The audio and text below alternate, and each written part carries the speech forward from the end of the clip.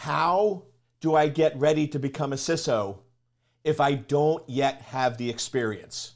So I know I want to be a chief information security officer. I know I need to get some experience in cyber, some experience in business, but I'm only a year out of school or is just out of college and I'm still in college. What are the things that I can start doing to get ready to become a CISO? And it's real easy. Show up like one. Welcome to Life of a CISO. I'm Dr. Eric Cole, your host, and we'll be taking you on a journey each week on what it takes to be a CISO and what are solutions that you can implement today if you are currently a Chief Information Security Officer or if you want to be one in the future. This is Life of a CISO.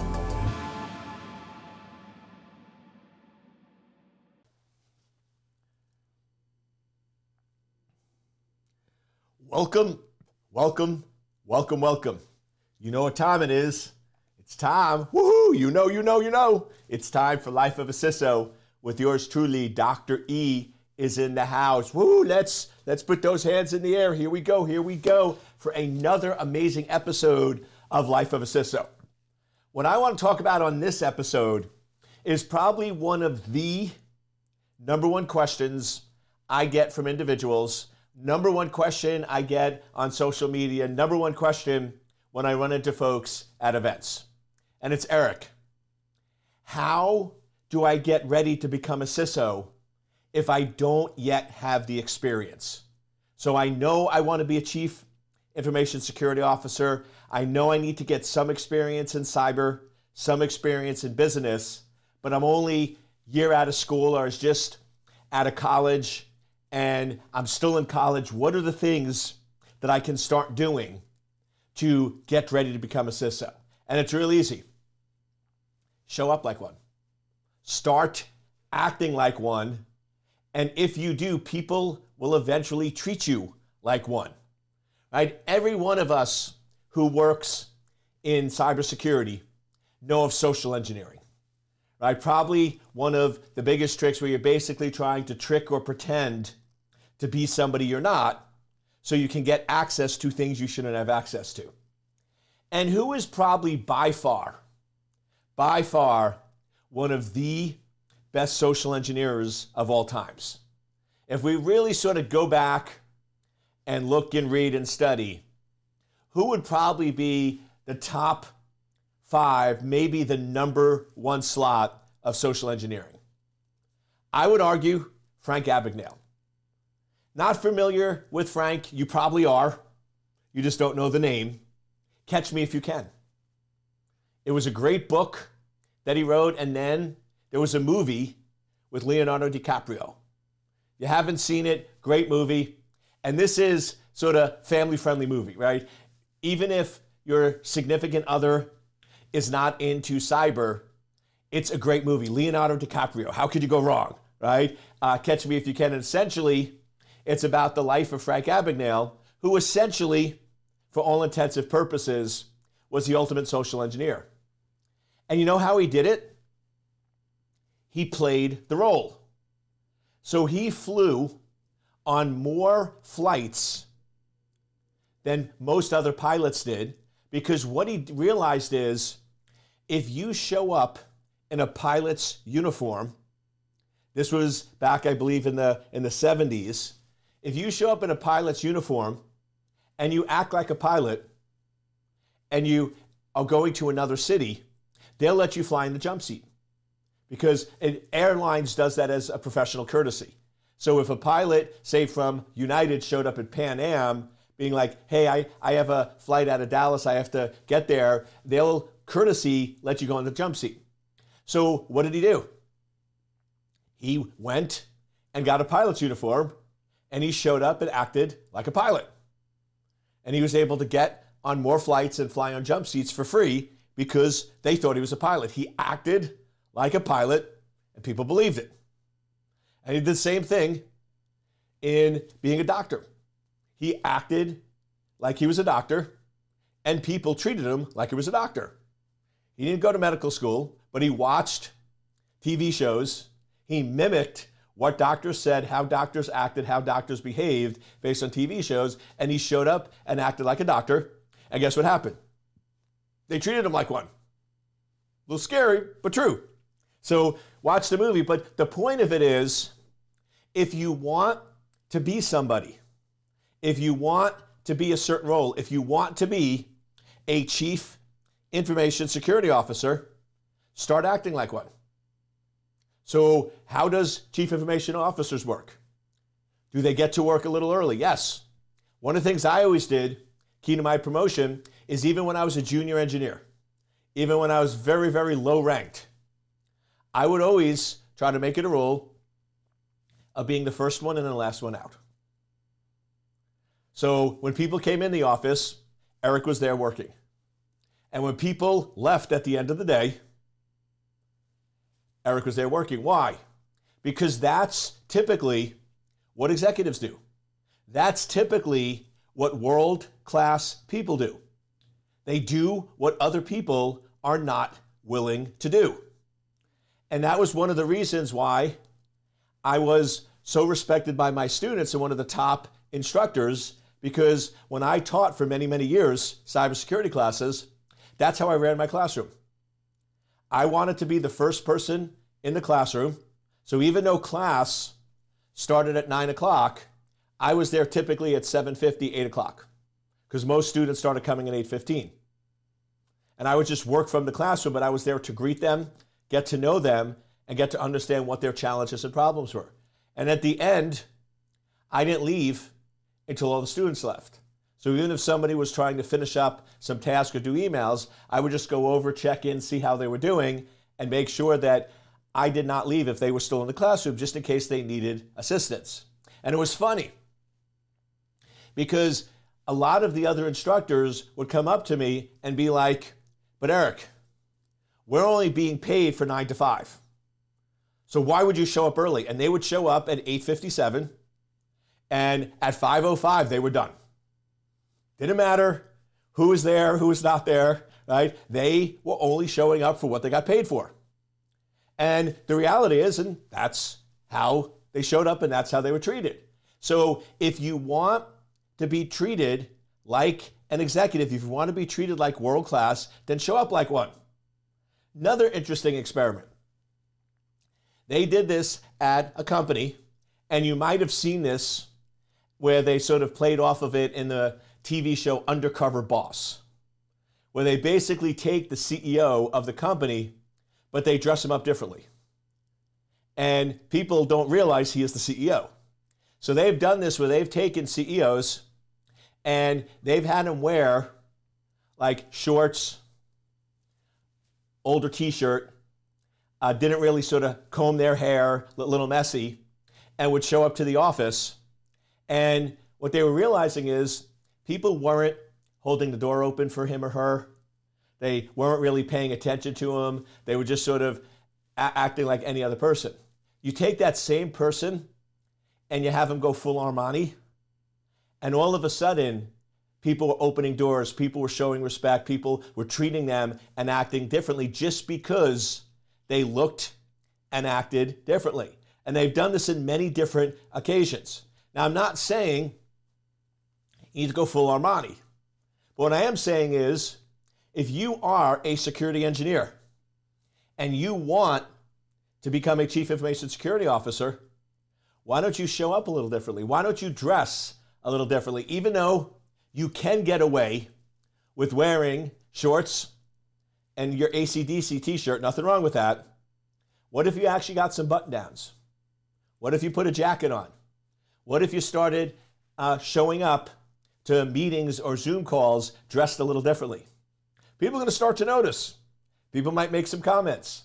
People might nickname you, right? Oh, the exec is in the house. That's pretty cool. If you're a security engineer and if all the other engineers are wearing t-shirts and you're wearing a button down and a jacket and you start being nicknamed the exec, isn't that pretty cool? So it's these little things that make the difference. One of the things I always train my team on, and I'm known across my clients, is details matter. Details matter. You want to make sure that you're paying attention to the little minor details.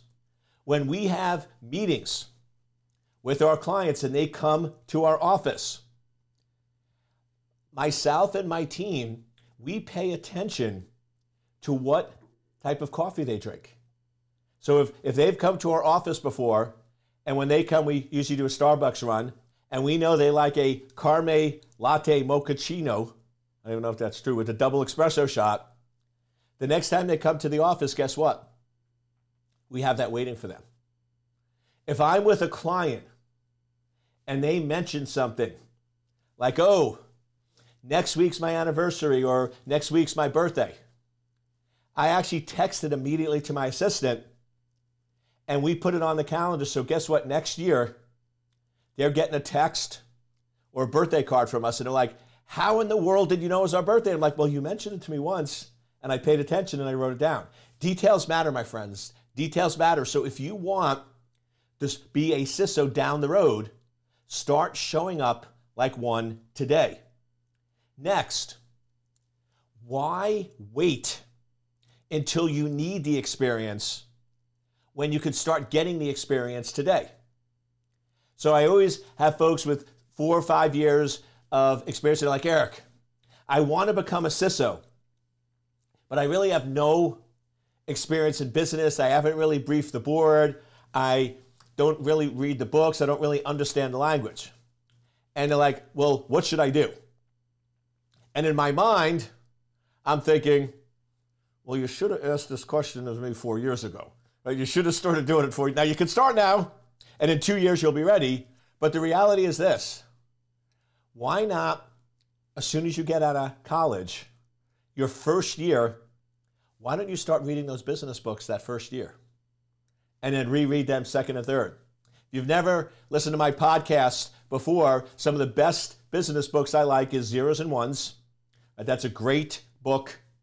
This teaches you about some of the fundamentals of business entrepreneur.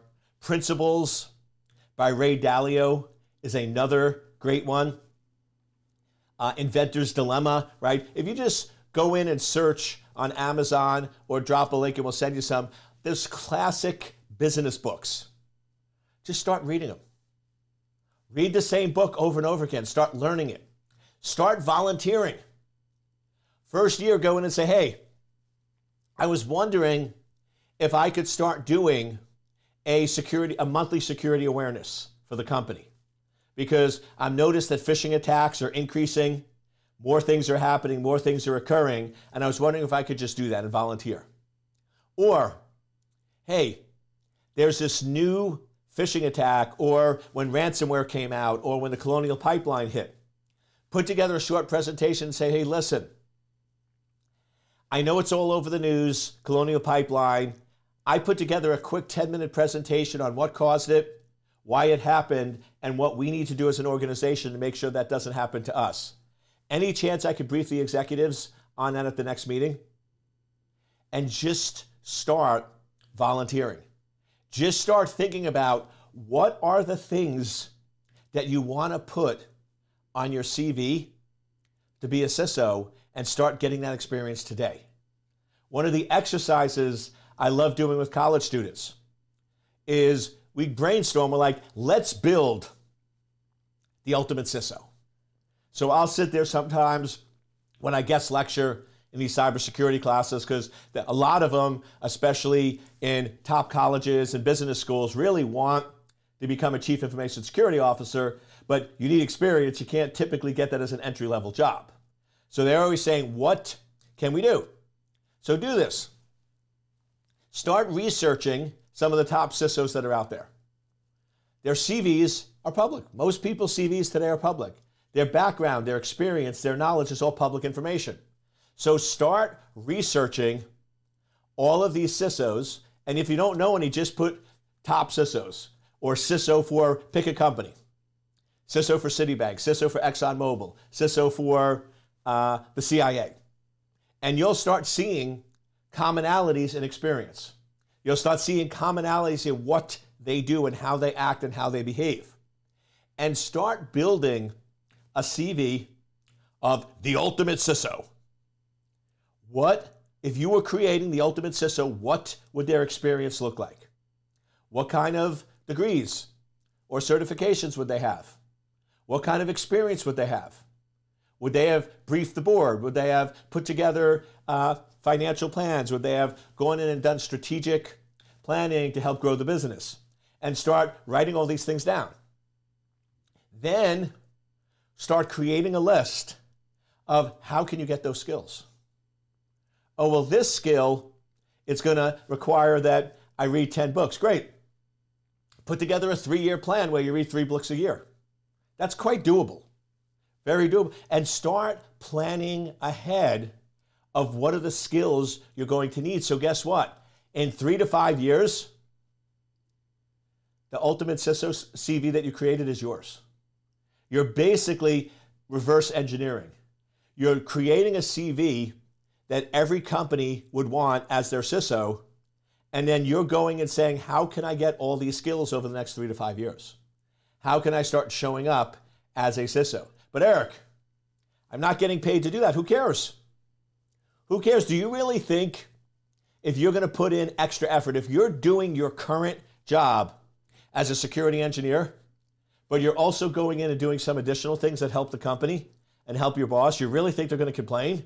You really think they're going to be like, don't do that, stop doing that? No, of course not.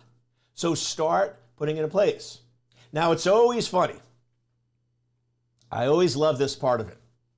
Because when I go in and I teach this and tell people, show up, start behaving, you know, everyone says, oh, Eric, there's no way my current boss is going to let me do that. There's no way the current organization is going to allow me to do this. They're just not going to let me do that. So let's start basic. First of all, how in the world can your current organization stop you from reading at night? Really? Like they're going to follow you home and start beating you with a bat if you read business books? No, they have no control of that. So that one's easy. Start learning about business. Start understanding business. Then we get into ones a little trickier. So if you go to one of the execs, and if you're a first-year engineer, depending on the size of your organization, might or might not want to go to the COO or CFO to ask them to mentor you. That might be a little bit of a push, but here's what I found. If you don't ask, the answer is always no, my friends. Always no. But if you do ask, then guess what? The answer might be no, but isn't there a probability? 1%, even 1% chance that they might say yes. Isn't your career worth 1%? Isn't your future worth a 1% chance? And here's the thing that I find. Most people don't ask what you're asking, and most people want to help. Therefore, it's probably more like 15 or 20% of the time. I am shocked. I am not shocked, but people are shocked all the time when they come to me and go, Eric, I heard your advice, and I said, what the heck? You know, I mean, I trust Eric. I don't think he's right here, but what the heck? Let me get the no so I can prove that I at least tried. And they send a message out to the CFO where they say, listen, I'm a security engineer. In 5 years, I'd like to move into the CISO role at the company, and I'd like to just better understand business and finances. I was wondering if once a month I could buy you coffee and we could spend 30 minutes just talking about business and understanding business. And most of the time they go, Eric, I was shocked when the reply I got back was, yes, how about this Thursday? How about this Thursday? Meet me at my office at 7:30. We'll walk to Starbucks. And they're looking at us going, did that really happen? And the reality is this. Very few people ask the CFO for mentoring. That's the ultimate compliment. That's the ultimate give back to help other people. And that CFO, trust me, they want to help people. They love mentoring. I often talk to executives, and you know what they tell me all the time? They have mentoring on their list, but they don't do it because nobody ever asks. So don't be afraid to ask. You never know. Oh, but Eric, my boss is never, ever going to let me do that. How do you know? How do you know they won't? Ask them to mentor you then. And here's the catch-22. Go, listen, I know you're super busy, and I know you're planning on retiring in 3 to 4 years. So in 5 or 6 years, I would like to be in your position. I know how busy and swamped you are, so I don't want to ask you directly, but I was wondering, are you okay if I just ask the CFO if I can get mentored once a month by them? Because I just want to understand business and see how I can better help you and support you in your job. 2 things will happen. They could say no. More than likely, 1 or 2 things. They're either going to go, hey, I'm actually not that busy, and I think that's cool. I'd love to mentor you. And then that's a win.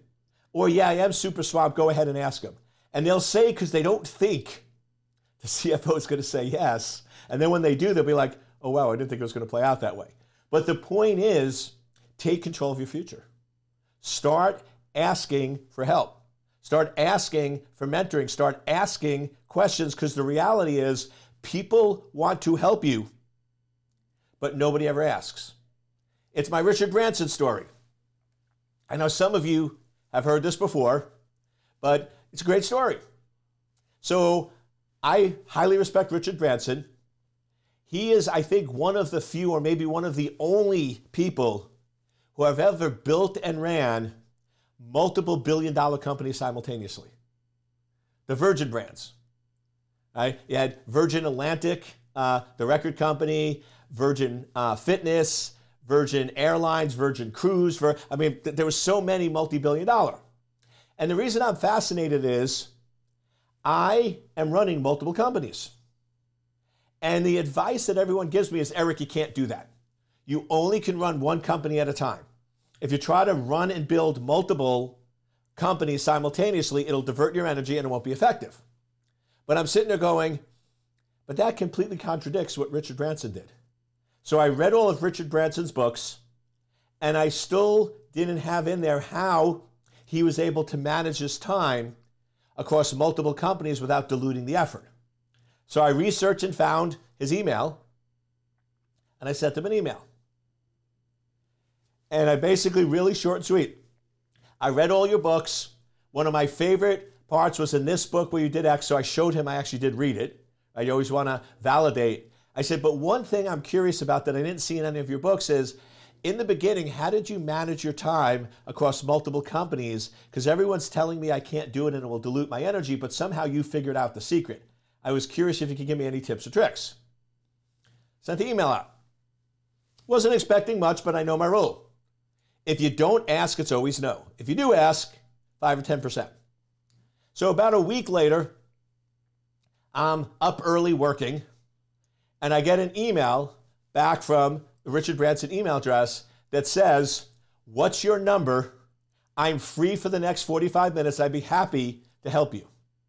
Now I'm looking at this thing, and I'm like, are my friends punking me?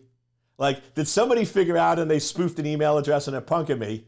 Is this really Richard Branson? So I wrote back with my cell phone number, and sure enough, call comes in, I pick it up, and sure enough, it's him. And we proceed to talk for 40 minutes. And at the end, and I'll never forget this, at the end, I said, Richard, I just have to ask you a question.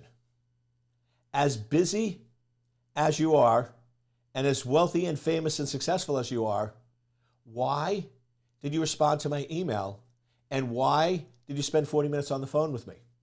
He goes, Eric, any successful person has made it to the top because other people have helped them. We always want to give back. Successful people always want to help others that are up and coming be successful, because that's the way we got there. He goes, but we want people to be sincere and real. He goes, yeah, I get so many emails from people with silly stuff like, will you give me $1 million? Or they're asking me questions that are in my books. Or will you bear my children? Or stupid things like that. He goes, but I get very few legitimate requests like yours.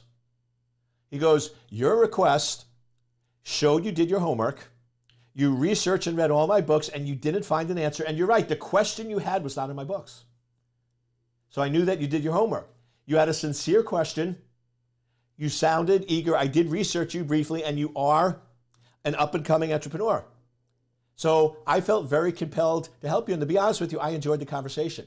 You asked very good questions. I enjoyed it. It was nice to help you. And hopefully we can talk again sometime in the future. And I was just sort of shocked with his answer because it's so contrary to how we're trained. We think that these successful people are these untouchable robots that have no humanity and no heart. But they're caring humans just like us. Billionaires are just like us. Billionaires sleep just like us. They go to the bathroom just like us. They breathe oxygen just like us. And they like to help people just like us. So you'd be shocked when you go in and start asking for help.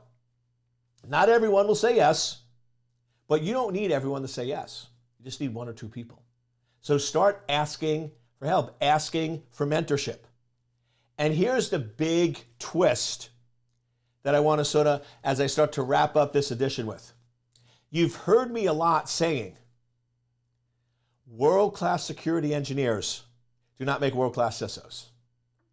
The skill set that's needed to be a security engineer isn't going to make you a world-class CISO because they're different. Security engineers need to be the smartest person in the room. CISOs are not. Security engineers look for problems. CISOs look for solutions. Security engineers want to always improve the security and always spend more money. And CISOs want to balance risk accordingly. Security engineers are focused on technical issues, and CISOs are focused on strategic solutions. So they're quite different.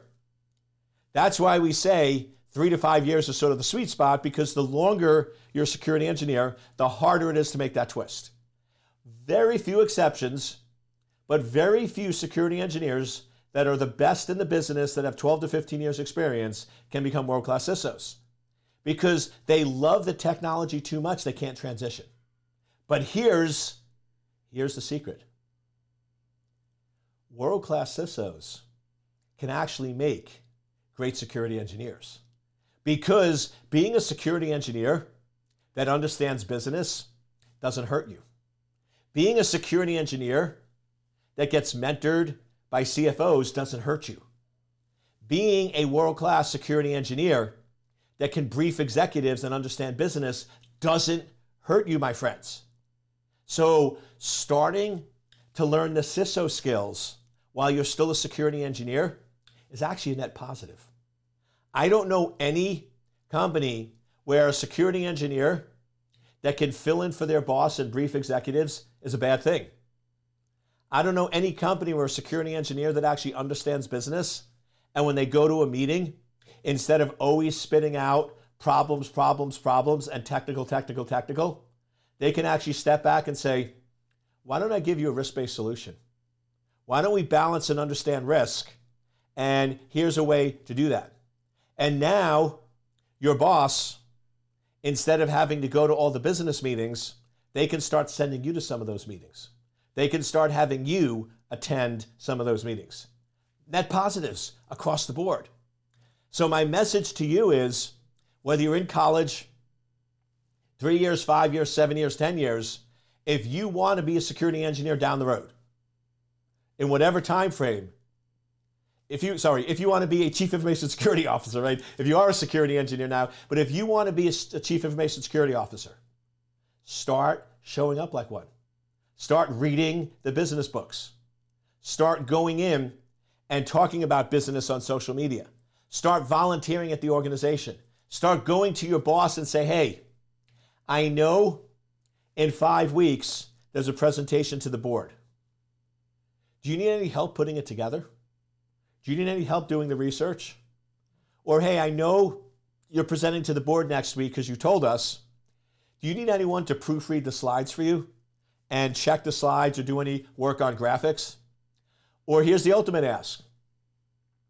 I'm curious about how board meetings are run, and I'm curious of how you brief the board.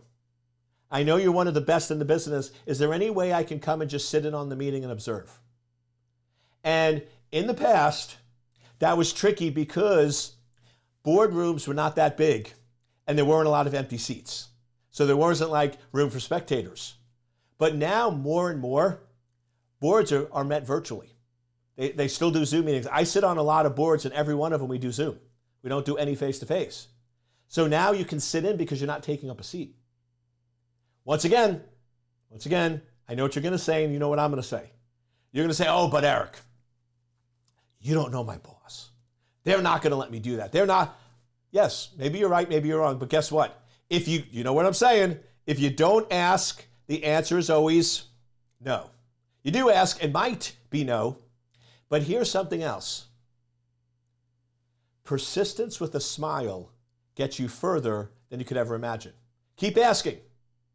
I hear this all the time. I go, Eric, I took your advice and I went to my boss and asked and they said no. So then the next meeting I asked again. And I asked again and finally my boss let me. And I asked my boss, I'm like, what made you change your mind? And they said, you just got so freaking annoying. I figured if I didn't eventually say yes, you would never leave me alone. Compliment. So if there's something you want, go for it. Be kind, be polite, but be aggressive. And if you start showing up like a CISO today, you start acting like a CISO, you start asking for help, asking for mentorship, sitting on meetings, putting together board presentations, reading business books, guess what? By the time you're ready to be a CISO, you won't have to ask me, what do I need to do now to get ready? You will be ready, your CV will scream CISO, and you will have more job offers than you know what to do with. So don't wait to wanting to be a CISO. Start acting and showing up like a CISO today, and then in 3 to 5 years, the world will be your oyster. Hope you enjoyed this edition of Life of a CISO, and we'll see you next week.